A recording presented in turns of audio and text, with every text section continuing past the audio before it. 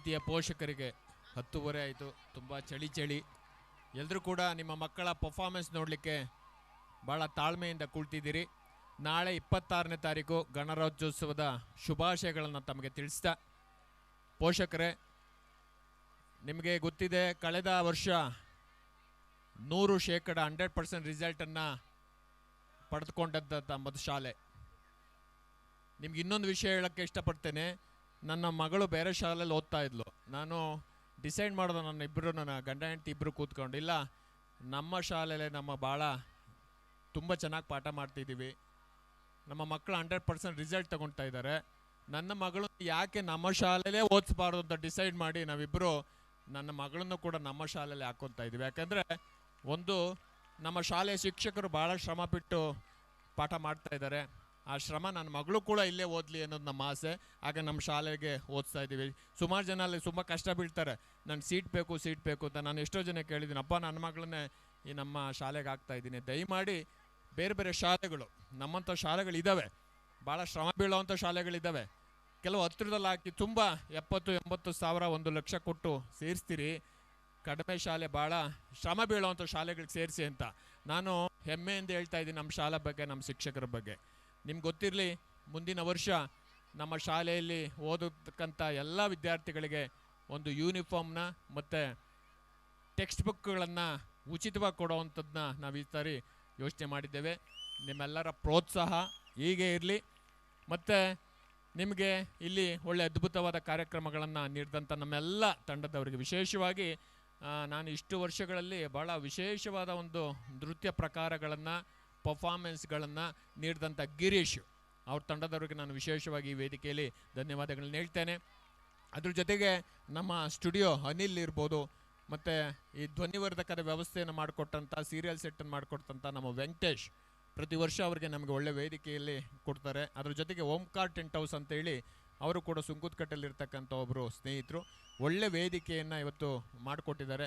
ಎಲ್ರಿಗೂ ಕೂಡ ಎಲ್ಲ ಪ್ರತ್ಯಕ್ಷವಾಗಿ ಪರೋಕ್ಷವಾಗಿ ಸಹಾಯ ಮಾಡಿದಂಥ ನಿಮ್ಗೆಲ್ರಿಗೂ ಕೂಡ, ಅದರಲ್ಲೂ ವಿಶೇಷವಾಗಿ ಪೋಷಕರಿಗೆ, ಮತ್ತು ಕೆಲವರು ಈಗ ಯಾರೋ ಫೋನ್ ಮಾಡಿದರು, ಸರ್ 500-600 ರೂಪಾಯಿ ದುಡ್ಡು ತಗೊಂಡಿದ್ದಾರೆ, ಬಟ್ಟೆ ನಮ್ಮದೇ ಅಲ್ವಾ ಸ್ವಂತ ಅಂತ. ಇಲ್ಲ, ಅದು ಬಾಡಿಗೆಗೆ ತಂದಿರ್ತಾರೆ. ಕಾರಣ, ನಿಮಗೆ ಪ್ರಾಕ್ಟೀಸ್ ಕೊಟ್ಟು ಬಾಡಿಗೆಗೆ ಬಟ್ಟೆ ತರೋದ್ರ ಮೂಲಕ ಅವ್ರಿಗೆ 500-600 ರೂಪಾಯಿನ ಫೀಸ್ ಮಾಡಿದಾರಲ್ಲ, ಹಾಗಾಗಿ ನಿಮಗೆ ಸ್ವಂತದ್ದಲ್ಲ. ಆಮೇಲೆ ಇವನ್ನೆಲ್ಲ ಯಾವಾಗಲೂ ಹಾಕೋಣಕ್ಕಾಗತ್ತೆ, ಈ ಥರ ಮಿರ ಅನ್ನೋನ್ನೆಲ್ಲ ಹಾಕೋಣಕ್ಕಾಗತ್ತೆ, ಸ್ಕೂಲ್ ಡೇಗೆ ಅಷ್ಟೇ ಮಾಡಿರ್ತಾರೆ. ಯಾವಾಗಲೂ ಹಾಕೊಂಡೋದ್ರೆ ಯಾವುದೋ ಇದರಿಂದ ಯಾವುದೋ ಬೇರೆ ಎಲ್ಲಿಂದ ತಪ್ಪಿಸ್ಕೊಂಬಂದ್ಬಿಟ್ಟು ಅವ್ರು ಏನ್ಕೊಂತಾರೆ. ಯಾಕಂದ್ರೆ ಆ ಡ್ರೆಸ್ನ ಯಾವಾಗಾದ್ರೂ ಹಾಕೋಣಕ್ಕಾಗತ್ತಾ? ಡ್ಯಾನ್ಸ್ಗೆ ಎಷ್ಟು ಮಿಂಚ್ತಾ ಇದ್ರಲ್ಲ ಮಕ್ಕಳು. ಹಾಗಾಗಿ ನಿಮ್ಗೆಲ್ರಿಗೂ ಕೂಡ 10:30 ಆಗಿದೆ, ಇನ್ನೊಂದು ಡ್ಯಾನ್ಸ್ ಇದೆ ಅಂತ ಹೇಳ್ತಿದ್ದಾರೆ. ತುಂಬ ಖುಷಿ ಆಗ್ತಿದೆ ನಿಮ್ಮನ್ನೆಲ್ಲ ನೋಡಿ. ಒಂದು ಅರ್ಧ ಗಂಟೆ ಲೇಟ್ ಆಗಿದೆ ಅಷ್ಟೇ.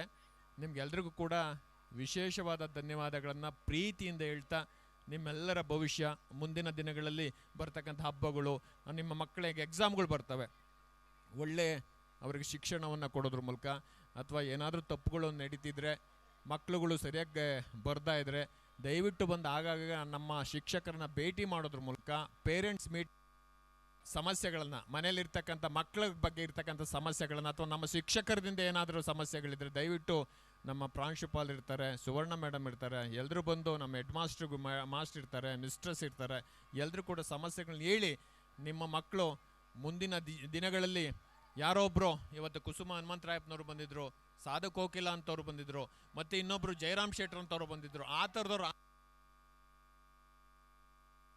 ಏನದು ನಮ್ಮ ಆಸೆ, ನಿಮ್ಮೆಲ್ಲರ ಆಸೆ. ಹಲೋ,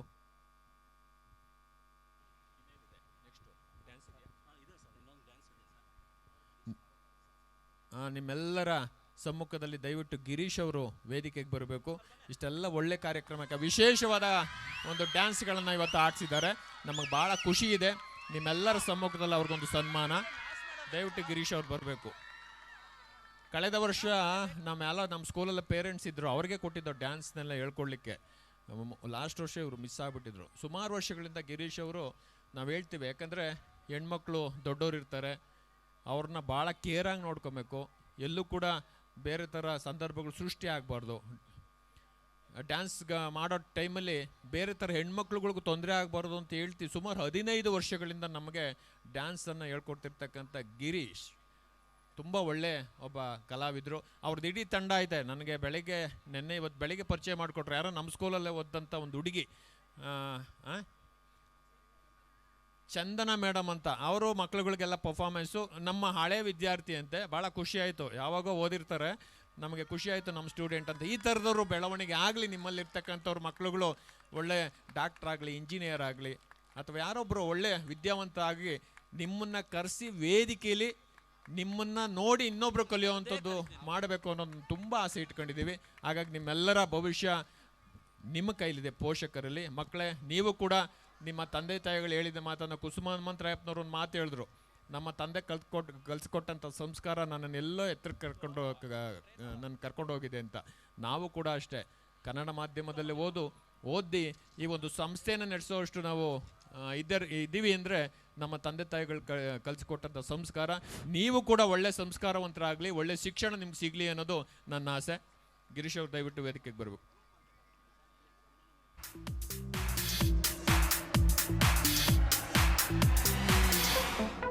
ಸರ್ ದಯವಿಟ್ಟು ಇವ್ರ ಜೊತೆ ಸಹಕರಿಸಿದಂಥ ನೀವೆಲ್ಲ ತಂಡದವ್ರು ದಯವಿಟ್ಟು ಬನ್ನಿ ಸರ್, ಬನ್ನಿ.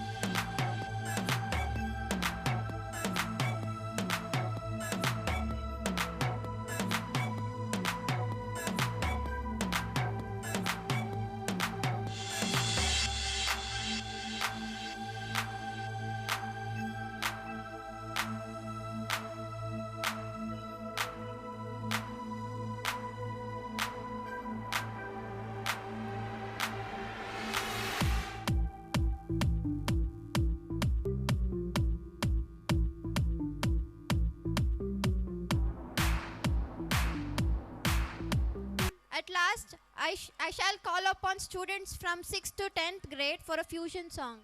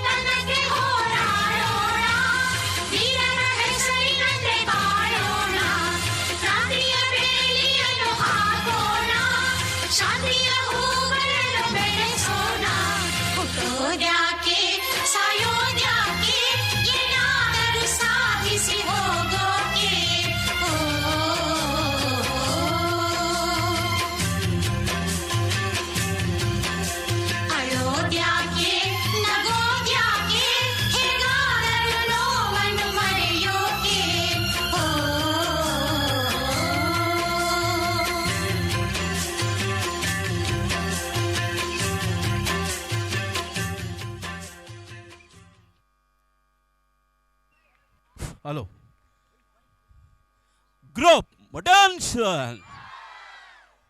Group disperse.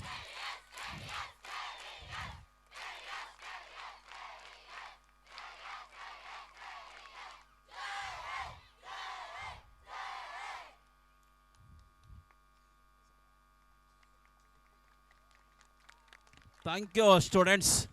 Really, it's a excellent performance.